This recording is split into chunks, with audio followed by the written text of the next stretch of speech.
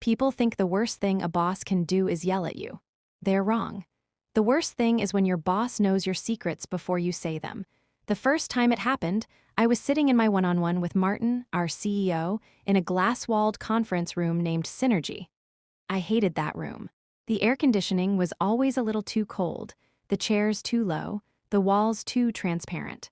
The whole place felt like someone's idea of psychological warfare disguised as modern design.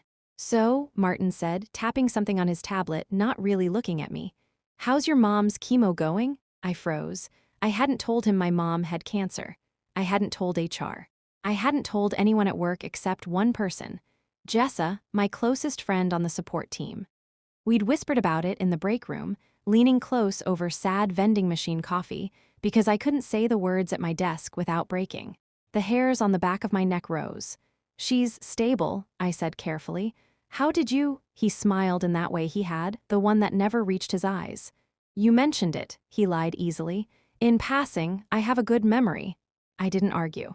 That was rule 1 at Callcore. Don't push the story your boss likes. Callcore was a customer experience solutions company, which is a nice way of saying we were the people on the other end of the phone when customers screamed about things we didn't break and couldn't fix. My title was Workforce Optimization Lead, which is a nice way of saying I was the one who made the schedules that kept the support reps barely this side of burnout. I should have seen it earlier. The way Martin always knew who was thinking about quitting before they handed in notice. The way he'd bring up someone's divorce or debt situation at exactly the right moment to keep them from asking for a raise. The way he'd guess who was pregnant almost before they did. At first, I told myself it was coincidence. Gossip, HR leaks. Maybe people confided more in him than they admitted. Then he mentioned my mother's chemo. 2 days later, he referenced something else. A line from a late-night conversation Jessa and I had had about unionizing. We'd been joking. Mostly. Complaining about pay, saying we should all demand hazard bonuses for being screamed at 8 hours a day. He repeated my exact phrase back to me. "If they won't give us better pay, they can at least give us helmets," he said, smiling. "You're funny, Lena." I hadn't written that anywhere. I hadn't posted it. I hadn't said it where anyone except Jessa could have heard, unless someone else had been listening. On Friday, I stayed late. Not unusual. Workforce had weird hours. But this time, I wasn't tweaking shift rotations. I was watching the quiet office the way you watch a crime scene. The open floor plan lay in neat rows of abandoned chairs and sleeping monitors. The cleaning staff had already gone through. The vending machines hummed. The giant fake plant by the kitchen door cast long shadows. I walked slowly, pretending to check badge readers, pretending to be the diligent mid-level nobody I trained myself to be. That's when I noticed it. Above the break room doorway.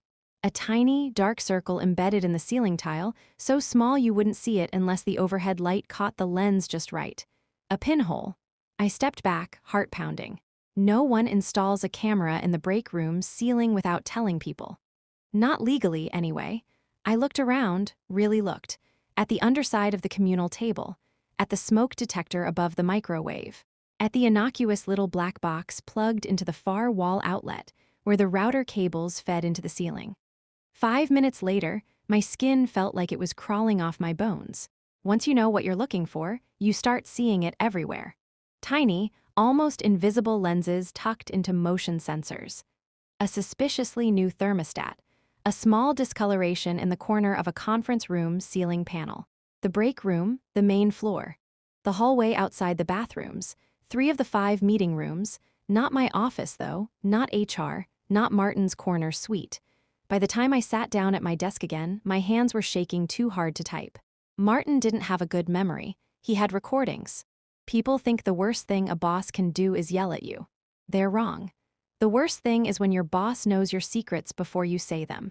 The first time it happened, I was sitting in my one-on-one with Martin, our CEO, in a glass-walled conference room named Synergy. I hated that room. The air conditioning was always a little too cold, the chairs too low, the walls too transparent. The whole place felt like someone's idea of psychological warfare disguised as modern design. "So," Martin said, tapping something on his tablet, not really looking at me. "How's your mom's chemo going?" I froze. I hadn't told him my mom had cancer. I hadn't told HR. I hadn't told anyone at work except one person, Jessa, my closest friend on the support team. We'd whispered about it in the break room, leaning close over sad vending machine coffee, because I couldn't say the words at my desk without breaking. The hairs on the back of my neck rose. "She's stable," I said carefully. "How did you—" He smiled in that way he had, the one that never reached his eyes. "You mentioned it," he lied easily. "In passing, I have a good memory." I didn't argue. That was rule 1 at Callcore. Don't push the story your boss likes. Callcore was a customer experience solutions company, which is a nice way of saying we were the people on the other end of the phone when customers screamed about things we didn't break and couldn't fix. My title was Workforce Optimization Lead, which is a nice way of saying I was the one who made the schedules that kept the support reps barely this side of burnout. I should have seen it earlier. The way Martin always knew who was thinking about quitting before they handed in notice. The way he'd bring up someone's divorce or debt situation at exactly the right moment to keep them from asking for a raise. The way he'd guess who was pregnant almost before they did. At first, I told myself it was coincidence. Gossip, HR leaks. Maybe people confided more in him than they admitted. Then he mentioned my mother's chemo. 2 days later, he referenced something else. A line from a late-night conversation Jessa and I had had about unionizing. We'd been joking, mostly. Complaining about pay, saying we should all demand hazard bonuses for being screamed at 8 hours a day. He repeated my exact phrase back to me. "If they won't give us better pay, they can at least give us helmets," he said, smiling. "You're funny, Lena." I hadn't written that anywhere. I hadn't posted it. I hadn't said it where anyone except Jessa could have heard, unless someone else had been listening. On Friday, I stayed late. Not unusual. Workforce had weird hours. But this time, I wasn't tweaking shift rotations. I was watching the quiet office the way you watch a crime scene. The open floor plan lay in neat rows of abandoned chairs and sleeping monitors. The cleaning staff had already gone through. The vending machines hummed. The giant fake plant by the kitchen door cast long shadows. I walked slowly, pretending to check badge readers, pretending to be the diligent mid-level nobody I'd trained myself to be. That's when I noticed it. Above the break room doorway.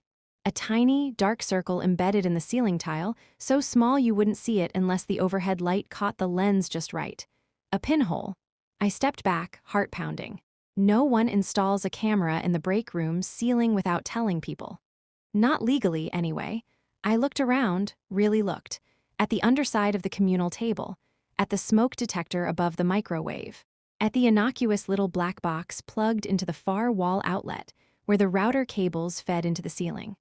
5 minutes later, my skin felt like it was crawling off my bones. Once you know what you're looking for, you start seeing it everywhere. Tiny, almost invisible lenses tucked into motion sensors. A suspiciously new thermostat. A small discoloration in the corner of a conference room ceiling panel. The break room, the main floor. The hallway outside the bathrooms. 3 of the 5 meeting rooms. Not my office, though. Not HR. Not Martin's corner suite. By the time I sat down at my desk again, my hands were shaking too hard to type. Martin didn't have a good memory. He had recordings. "What is this?" I whispered. Raj's mouth was a thin line. "He's not just recording, he's running speech-to-text on everything. Auto-tagging conversations. If someone says union or salary or burnout, it gets flagged." So that's how Martin always knew. He wasn't intuitive. He wasn't empathetic. He was spying. Raj looked at me, fear behind his glasses. "Lena, you didn't see this. I didn't show you this. If he finds out, he didn't need to finish. If Martin found out we knew, we'd be next on whatever list he kept." I stared at the dark little box on the wall, humming quietly like a heart monitor. It held everything. Every joke, every breakdown, every whispered secret, every plan to leave, every complaint. Years of people's lives, stolen and stored. In that moment, the fear did something strange. It cooled into something sharp. If Martin wanted to hoard every ugly thing his company did, if he wanted to keep a perfect, indexed record of all the ways he violated our trust, then maybe I didn't need to destroy Callcore. Maybe I could let it destroy itself. All I had to do was open the vault and point. I didn't go to HR. Everyone knew HR was just Martin in a different font. Instead, I went to Raj. Raj had been at Kalkor longer than almost anyone. Officially, he was Systems Engineer II. Unofficially, he was the guy who could find your missing files, fix your frozen laptop, and quietly remove browser history when you accidentally clicked something you shouldn't have on a work computer. He also owed me. I'd covered for him twice when he overslept after on-call nights. I found him in the tiny server room on the 3rd floor, sitting cross-legged on the floor with cables in his hands and a bag of Doritos balanced on a router. "Hey," I said, closing the door behind me. "I need you to tell me I'm paranoid." He snorted. "That's easy. You are. About what specifically?" I told him. About Martin knowing things he shouldn't. About my mom. About the union joke. About the pinhole camera above the break room door. Raj's face changed slowly, like someone turning down the lights. "You sure it's a camera?" he asked. "I'm not a tech," I said. "But it looks like every cheap nanny cam on Amazon." He sighed, set the Doritos aside, and pulled himself up. "Show me." We did a slow circuit of the office together. To anyone watching the cameras, we probably looked suspicious as hell. But if cameras were there, they were already suspicious of everyone, weren't they? Raj squinted up at the motion sensor in the hallway, then at the thermostat in the break room. "Yeah," he said grimly, "those aren't standard, and I didn't install them." "Who did?" I asked. He hesitated. "Facilities, supposedly, but they don't touch network devices without me. Not if they want them to actually work." Something ugly settled in my stomach. "So, if you didn't wire them into the network," he finished the thought, "someone else did, privately, probably to a separate switch." "Meaning?" "Meaning those cameras might not touch our main servers at all." He rubbed his forehead. "They might go straight to somewhere only one person can see." We both knew who that one person would be. We went back to the server room. Raj started digging through the nest of equipment in the back, past the labeled racks, past the neat switches and documented firewalls, to a dusty corner behind an old metal shelving unit. "Here," he said, there half hidden was a small, fan-whirring box mounted on the wall, no label. A mess of cables fed into it and then up into the ceiling. "What is it?" I asked. He connected a laptop directly, typed, waited. A local interface popped up. Password protected. Raj cracked it in under 5 minutes. He knew all Martin's favorite patterns. We were in. The interface was simple, elegant. A grid of camera thumbnails, each labeled by location. Break room -1, floor main -3, conf synergy, hall restrooms. There was a tab at the top. Archive. Raj clicked it. My throat went dry. A list appeared, dates, times, durations, hundreds, thousands, months back, years. Raj clicked a random entry. It was me, sitting in the break room 3 months earlier, crying quietly into my hands while Jessa rubbed my back. The audio was crystal clear. "It's stage 3, Jess," I heard my own voice whisper. They say treatment could work, but I slapped the laptop closed, stomach lurching. Raj stared at me, then at the box. "This is bad," he said. "Like lawsuit bad, prison bad." "Tell me this is a rogue security thing," I said. "Tell me there's any universe where this is legal." He shook his head. "Some surveillance is allowed if it's disclosed and not in sensitive areas. But this," he gestured broadly, "no consent, audio, targeting private conversations. If this ever gets out, Kalkor is dead." My heart pounded in my ears. "Who has access?" I asked. Raj tapped a few keys. "Only one admin account." "Admin, Martin admin, of course. Can you see search history?" I asked. He frowned, then nodded. "There's an index." He clicked another tab. A list popped up of flagged keywords and auto-generated transcripts. Next to each keyword were usernames, timestamps, union, pregnant, interview, lawyer, sick leave, anxiety, panic attack. "What is this?" I whispered. Raj's mouth was a thin line. "He's not just recording, he's running speech-to-text on everything, auto-tagging conversations. If someone says union or salary or burnout, it gets flagged." So that's how Martin always knew. He wasn't intuitive. He wasn't empathetic. He was spying. Raj looked at me, fear behind his glasses. "Lena, you didn't see this. I didn't show you this. If he finds out, he didn't need to finish. If Martin found out we knew, we'd be next on whatever list he kept." I stared at the dark little box on the wall, humming quietly like a heart monitor. It held everything. Every joke, every breakdown, every whispered secret, every plan to leave, every complaint. Years of people's lives stolen and stored. In that moment, the fear did something strange. It cooled into something sharp. If Martin wanted to hoard every ugly thing his company did, if he wanted to keep a perfect, indexed record of all the ways he violated our trust, then maybe I didn't need to destroy Calcor. Maybe I could let it destroy itself. All I had to do was open the vault and point. The thing about knowing you're being watched is that it doesn't make you safer. It just makes every moment feel like a trap. Over the next few weeks, I saw Martin differently. The way he'd wander the floor just to check in. The way he'd say things like, "I heard morale's a little low in Pod C," without ever specifying how he heard. The way he'd ask people how their head was doing when they'd never disclosed their panic attacks. He wasn't guessing. He was reading search results. I didn't say anything to Jessa at first. I wanted to. God, I wanted to. But telling her would mean dragging her into a war she didn't know she was already in. Then Martin fired her. Officially, it was for performance inconsistency. Unofficially, everyone knew she was one of the best reps we had. Fast, empathetic, patient with customers everyone else secretly wanted to block. He called her into Synergy in the middle of a Tuesday. She came back 10 minutes later with swollen eyes and a cardboard box. "He said I wasn't a culture fit," she choked. "He said I was bringing people down with my negativity." I stood there, my lips numb. "Negativity?" she nodded. "Apparently my complaints about burnout and shifts were creating a toxic energy." Her voice broke. "Lena, I was just tired. I thought he cared." He didn't. He cared that she was talking about unionizing.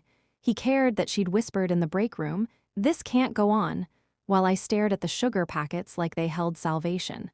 That night, after she left with her box and her half-dead desk plant, I went back to the server room. Raj nearly jumped when I walked in. "Do you have a death wish?" he hissed. "If he tracks access logs, then blame a glitch," I said. "Just once more, Raj, please." He stared at me, then exhaled. 2 minutes, that's it." He jacked into the secret box again, navigated to archive. I scanned dates until I found that afternoon. Comp Synergy 2 p.m. "There," I said. He clicked. The video opened. There was Jessa, shoulders drawn in, hands twisting in her lap. Martin sat opposite, leaning back, fingers steepled. "I just don't understand," she was saying. "My metrics are fine." "Better than fine." "Performance isn't just numbers," Martin said. He sounded almost gentle. "It's culture. You've been very vocal about your dissatisfaction." "I've been honest," she said. "We're drowning. People are crying in the bathroom between calls. You asked for feedback, and I appreciate that," he cut in smoothly. "But when every conversation you have in the break room is about burnout, layoffs, organizing," he even did air quotes. I wanted to punch his face through the screen. "It creates an atmosphere," he went on. "Others look to you, they follow your lead. That can be dangerous." "Dangerous for who?" Jessa asked, bitter. "For your turnover chart?" Martin's smile thinned. "For everyone, talk like that can attract outside attention. Unions, lawyers, people who don't understand how much this company has sacrificed for you." My stomach knotted. He knew about unions not because anyone had emailed HR, not because someone had filed a complaint. He knew because he'd been recording. He'd heard Jessa and me whispering about forming a committee. He'd heard the jokes about helmets and hazard pay. He'd heard her ask, in the break room, "Do you think we should talk to someone?" Like legally, and now he was firing her for attitude. "There's no room here for people who aren't all in," Martin said on the recording. "I'm afraid we have to let you go." Jessa inhaled sharply. "You can't just," he slid a manila folder across the table. "You'll find a separation agreement, 3 weeks' pay if you sign." I watched the moment her face crumpled. "I gave you everything," she whispered. "I covered holidays. Nights, I trained half your floor. And we thank you for that," he said. "But we're moving in a different direction." When she didn't move, he added, "I'd hate for your next employer to hear that you've been spreading unrest. These things follow people." Threats, wrapped in a smile. I couldn't watch anymore. I stepped back, chest tight, fists clenched. "This is illegal, right?" I said. "The recording, the retaliation, the threat," Raj hesitated. "The recording, yeah. The rest, it depends. Proving why someone was fired is hard. He'll say it was performance. He's got a whole HR team paid to write pretty words for ugly decisions." "He recorded himself threatening her," I said. "He logged people who said union as risks. He's keeping blackmail files. That has to be something. It is, Raj said quietly. For a lawyer, for a regulator, for a journalist. I looked at the humming black box. Callcore was rotten, but it was also careful. They would bury any complaint inside an NDA before it saw sunlight, unless someone walked in carrying years of their own evidence against them. You said this could kill the company if it got out, I said.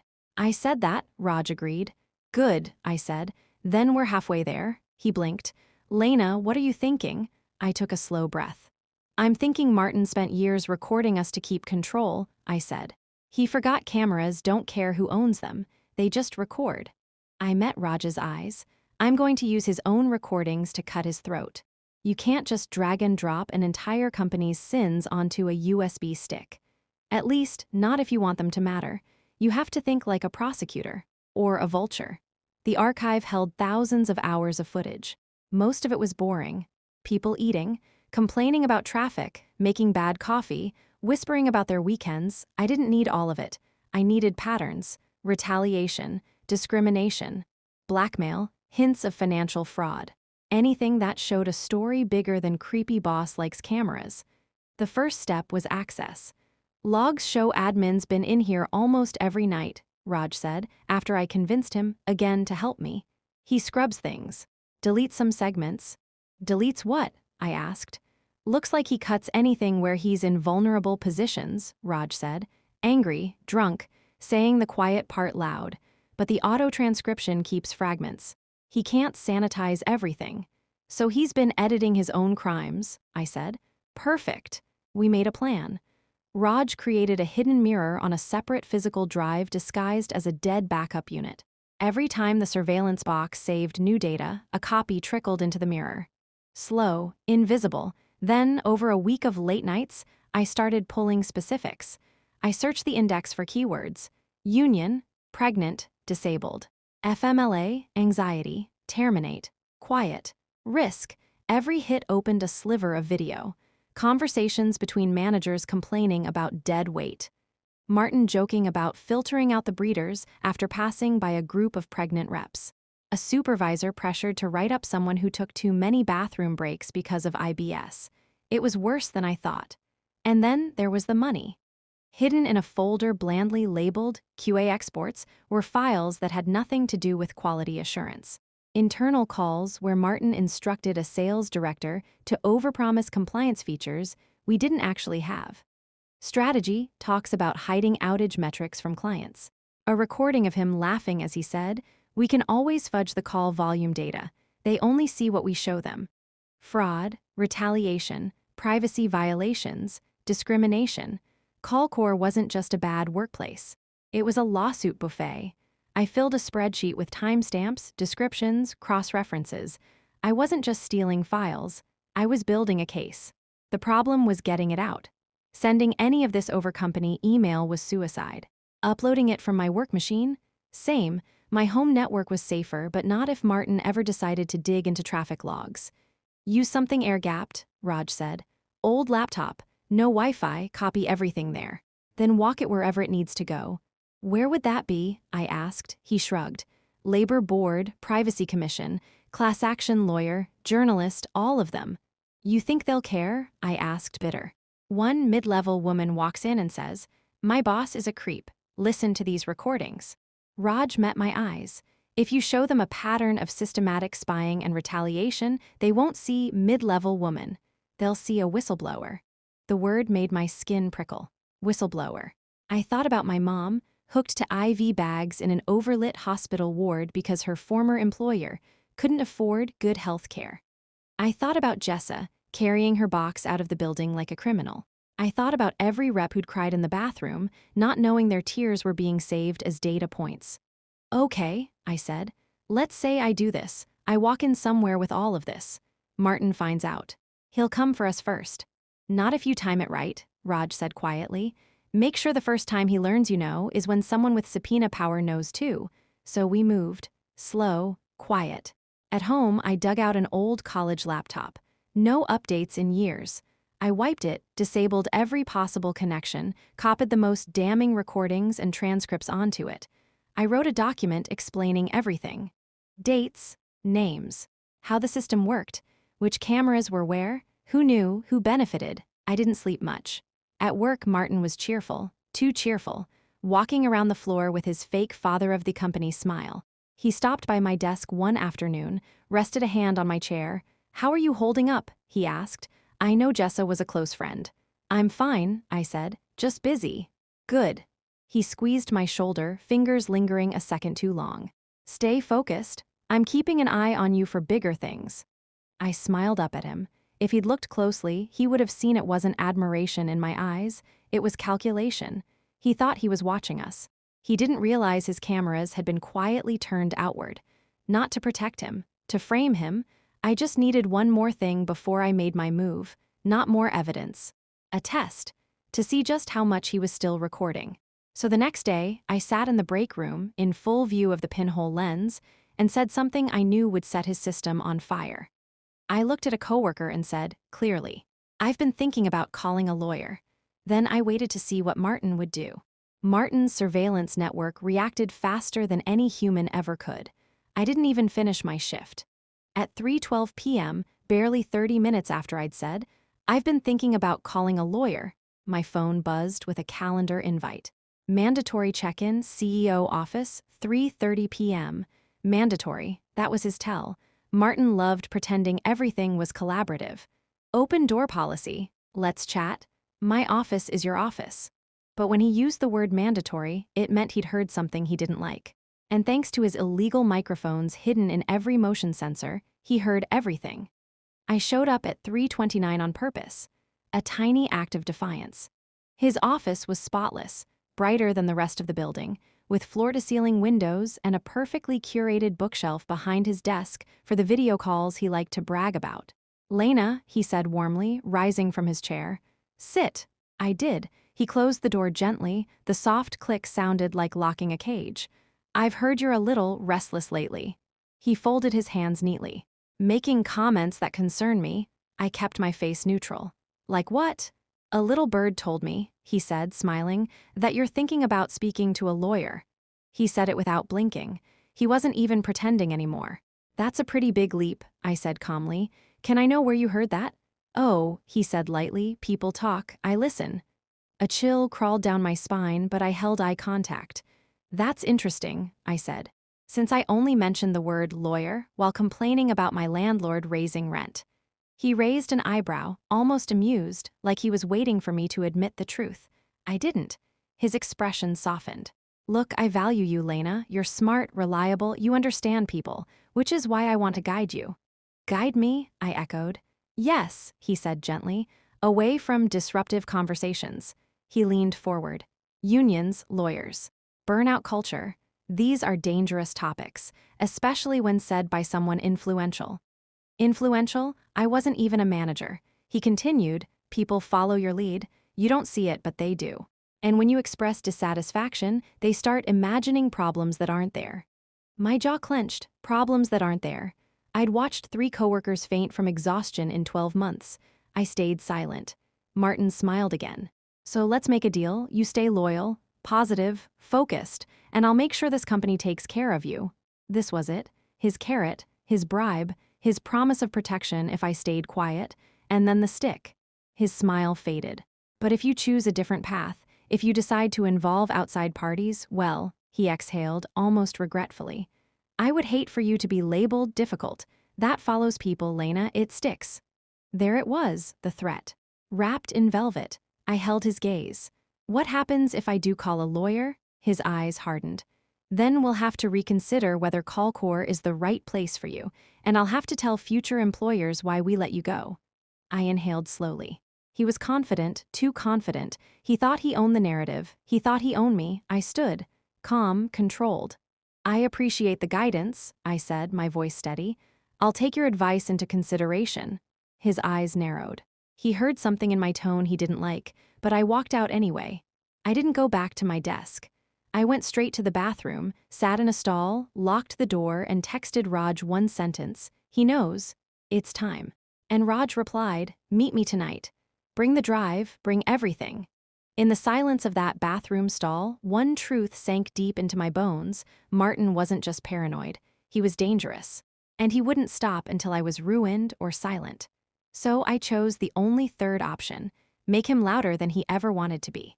Raj's apartment was a cave of wires and glowing monitors, half-empty soda cans, and the eerie hum of machines thinking too hard. He opened the door before I knocked twice. "You're shaking," he said quietly. "He threatened me using things he could only know from recordings," I said. "He's escalating." Raj took a deep breath, then closed the blinds, locked the door, and turned on white noise generators. He gestured toward a desk with my old laptop sitting on it, the air-gapped machine I'd been loading evidence onto for weeks. "We need to finalize everything tonight," he said. "Once this leaves your hands, you can't go back." "Good," I said. "I'm not going back." We worked for hours. The whistleblower package, as Raj named it, included 1. A full list of surveillance devices, exact coordinates, serial numbers, dates of installation. 2. Over 100 curated video clips, firing retaliation, illegal audio recordings, union suppression, privacy violations, financial fraud, and Martin's threats. 3. Auto transcripts showing keyword surveillance, proof of targeted monitoring. 4. A detailed report, written in my voice but fact-checked by Raj. It wasn't a complaint, it was a detonator. When we finished, Raj leaned back and rubbed his eyes. "Where are you taking it first?" "One place," I said. "A journalist who covers corporate malpractice." Raj nodded. "Good, someone independent, someone powerful." He hesitated. "And after that?" "The Labor Board, the State Privacy Commission, every agency I can reach." His voice softened. "You know Martin's going to fight dirty." I nodded. "I also know he's not the only one who can spy." I pulled the second item from my bag. A GoPro. I had worn it secretly, hidden under my cardigan during the entire meeting in Martin's office.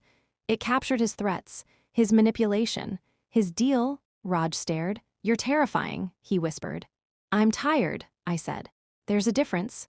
At 2:17 a.m., everything was ready. Raj handed me the laptop. "Once you send this," he said, "you're no longer an employee, you're a threat." "I know, and threats get retaliated against." I looked him dead in the eyes. "So he better hit hard," I said, "because I'm about to." The journalist replied faster than expected. I sent the package from a public library using a burner connection. Encrypted, locked with a one-time access code.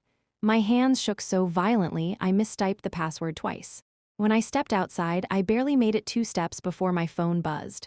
"Unknown number. We need to talk." Now, it was Martin. I didn't respond. Another text came seconds later, sharp and furious. "I know what you stole." Cold washed through me. He knew. Raj must have been right. Martin scrubbed the logs every night. He must have noticed behavior changes. Access anomalies. He must have sensed the shift. A third message. "Come to my office today or I come to yours." He wasn't bluffing. At 9 a.m., I arrived at work. My badge didn't open the front door. Denied. 2 security guards approached immediately, stepping in tight. "Miss Torres," one said stiffly. "Mr. Ashcroft needs to see you." So that was Martin's game. If he couldn't intimidate me in private anymore, he'd escalate to public force. They escorted me upstairs, through the glass walls, through people whispering, through the silence that follows the condemned. Martin's office door was open. He stood inside, jaw clenched, fingers trembling with barely contained rage. "Get in," he said. I stepped inside. The guards closed the door behind me. He walked toward me slowly. "You accessed systems you had no right to," he said. "You took confidential company data. You violated security protocols." I held my ground. "I accessed a surveillance network that illegally records employees without consent." He laughed, a single, sharp bark. "Do you think anyone will believe that? You, a disgruntled employee with no evidence?" I smiled. "Oh, Martin," I said softly, "you've been recording everything for years. Evidence is the one thing you made sure I'd have." His smile faltered. Then he shifted tactics. "You think you can take me down?" he whispered. "I built this company, I made all of you. Without me, you're nothing." "You built a prison," I said. "And you forgot prisoners learn the layout better than the warden." His jaw twitched. "You think a journalist will save you? I already contacted our legal team. Your leak will be dismissed as doctored, fabricated. You'll be sued into dust." There it was, his nuclear threat. I didn't blink. "I didn't send it to one journalist," I said. I sent it to 9, and to a federal agency that investigates corporate surveillance. A beat, then another. He went pale. You what? He whispered. And, I added, I sent it to every employee, all scheduled to open at noon with a timed email. Martin lunged for his computer. Too late. The building fire alarms blared. Not real fire alarms. Emergency protocol alarms. Screens across every floor flashed. CALLCORE emergency, shut down all employees, evacuate, legal compliance breach, detected. You could hear the panic outside. Martin stared at me, shaking. What have you done? What I had done was simple. I made every one of his cameras turn on him. When Martin realized what was happening, something in him broke. Not snapped. Collapsed. He sank into his chair, face gray. Do you know what you've done? He whispered. Do you know what happens when a company is hit with a compliance breach? Investors pull out, clients flee, contracts get frozen, the board will panic. Good, I said. They built their empire on surveillance. They can watch it fall. They did. Within an hour, the board suspended Martin. Legal teams swarmed in. Federal investigators arrived at the front door. Employees evacuated in confusion. Journalists circled like sharks. By noon, hashtags were trending. Number Callcore surveillance, number privacy scandal, number spied at work, number Ashcroft, Gate, and the videos. The journalist published the first batch at 12:08 p.m. the moment it hit Twitter. Chaos detonated. Clips of Martin threatening Jessa. Recordings of managers targeting pregnant workers. Audio of private conversations captured without consent. Every person who'd ever been hurt at Callcore watched their pain finally validated. And the public, they were horrified. Callcore's stock plummeted 37% by closing bell. By evening, the board fired Martin, effective immediately. By morning, federal subpoenas hit the building. Investigators came with storage crates and seized every device. The secret surveillance box, removed as evidence. I stood outside the building watching them carry it out, a black box of thousands of stolen moments. Martin was escorted past me in handcuffs, flanked by officers. He saw me, stopped, and whispered, "You ruined me." I stepped closer. "No," I said. "You recorded yourself ruining you. I just pressed play." His eyes filled with something I wasn't expecting, fear, real fear. Because he finally understood something, he had built the rope that hung him. Callcore shut down 6 months later. Not because of me, because of evidence. Because of hundreds of employees who came forward once my leak made them brave. Because of lawsuits. Because of regulators. Because a company built on secrets cannot survive exposure. As for me, I quit before they could offer a severance package designed to silence me. I took a job at a smaller firm, one that actually believed in ethical work culture, where bathrooms didn't have microphones, where people cried from stress sometimes, but not from fear. I went to therapy. I slept deeply for the first time in years. I visited my mom more. I breathed. And 1 year later, I received a letter. Handwritten from someone in federal custody. Martin, I hesitated, then opened it. It said, I watched the footage. I watched myself. I didn't recognize the man I had become. I don't expect forgiveness. I don't deserve it.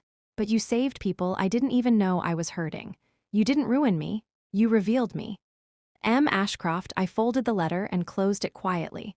Then I walked to the end of the pier, the same one where I used to sit during lunch breaks to escape calls and cameras, and let the letter slip into the wind. It fluttered, twisted, and disappeared, just like the version of myself who was afraid, just like the version of Martin who thought he controlled us. Callcore became a case study in law schools, a cautionary tale, a story whispered in break rooms. Did you hear about the company where the CEO recorded everything? Well, someone recorded him back. And me, sometimes people ask if I regret it. No, because justice isn't always loud. Sometimes it's a quiet click, a file upload, a moment where a woman walks past the cameras meant to trap her and uses them as the weapon that frees everyone instead. If someone tries to control your life with secrets, expose the truth. Light destroys rot. And in the end, the person who watches everyone ends up the one watched by the world.